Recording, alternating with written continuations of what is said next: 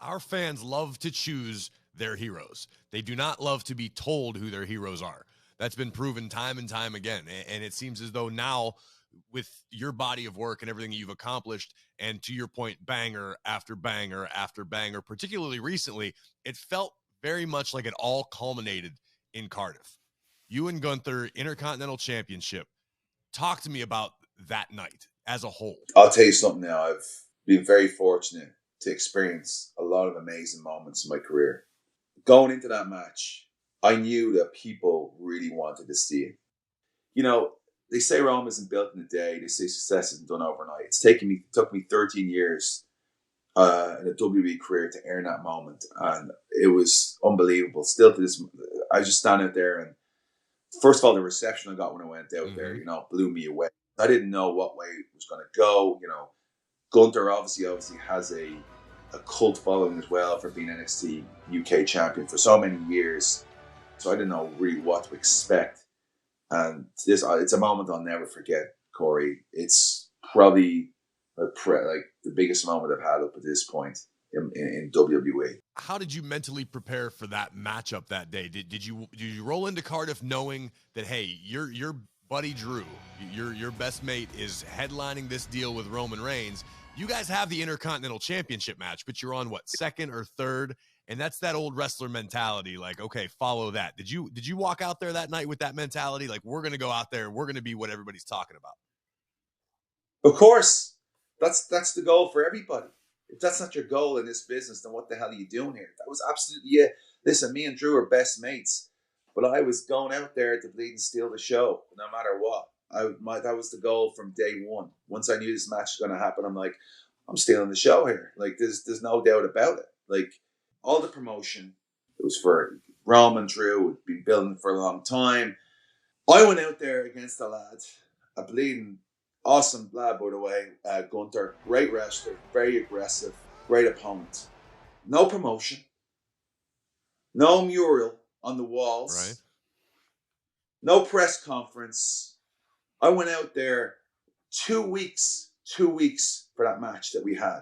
And the biggest promotion came to SmackDown the night before. Where you and Gunther stood in the ring and the brutes and everybody fought around you. That was it, right? That's all I needed to blow the roof off a 70,000 seat arena. That's it, right? That's a problem I give to WWE execs and Triple H. It's like, I don't need any of this, man.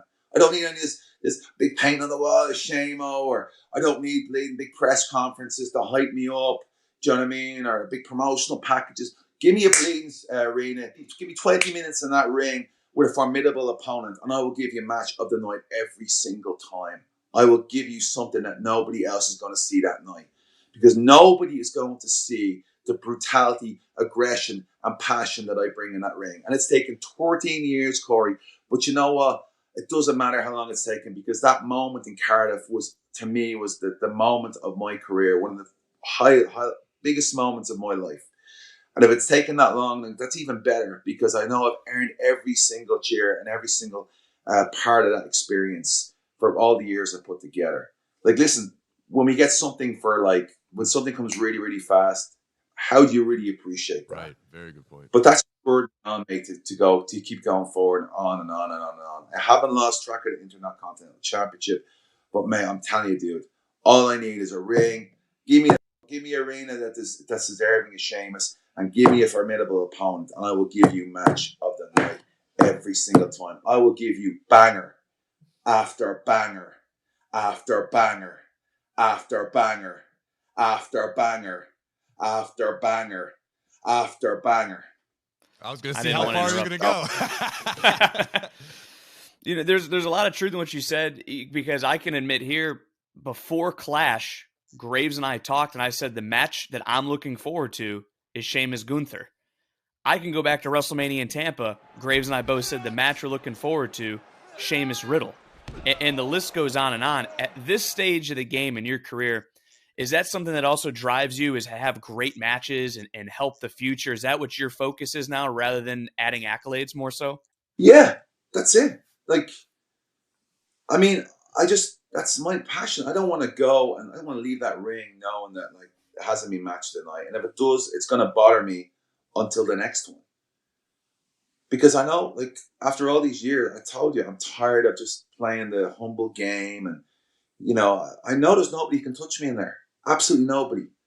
There's nobody who can touch my physicality. And people know when they come to a WWE show and Sheamus is on there that they're going to see they're going to see pure aggression, violence. They're going to see something that they will not see in any other match.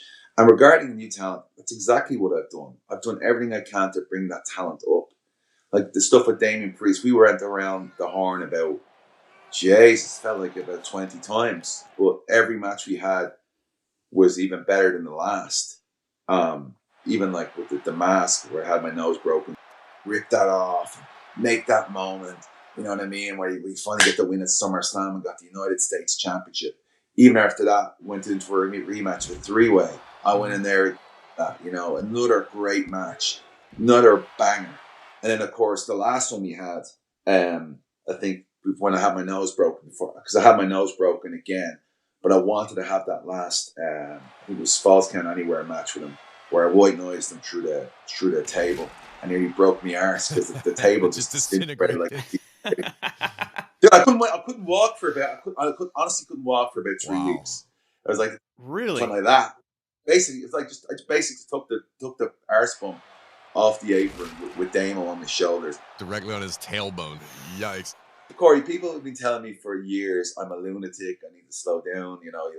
You'll get to a point where, you get to an age, or you get to a point in your body where you can only do so much. You got to be clever, like. Screw it out. I'm not doing that. Here's Sheamus trying to make every one of those people into a liar. Just going, I have to do that. I can't do that anymore. Watch. I'm not doing that. I'm not half-assing anything. Yeah, I'm going to feel it physically on my body, but that's it. It's part of it. I'll go to the wheel and fall off. The biggest thing I used to hate was when there was guys here for such a long time, and they're just phoning it in. And I'm like, I'll never do that. I'm never going to phone it in. Never. I'll never rest on this stuff behind me. I'll never rest on these laurels or these accolades that I have. Because if I do, I'm dead in the water. Who wants to come and see that? Like, whatever, about 10 years ago or 5 years ago or 3 years ago, even in the Thunderdome 2 years ago, the matches with Drew and then coming out of that with Damo and all, like, that's great, but we're living in the moment. We're living in the present. I'm not going to live on anything or just phone it in because of what I've done before. I want to keep going until the wheels fall off, man. And that's how I am. That's how I live my life. That's how passionate I am.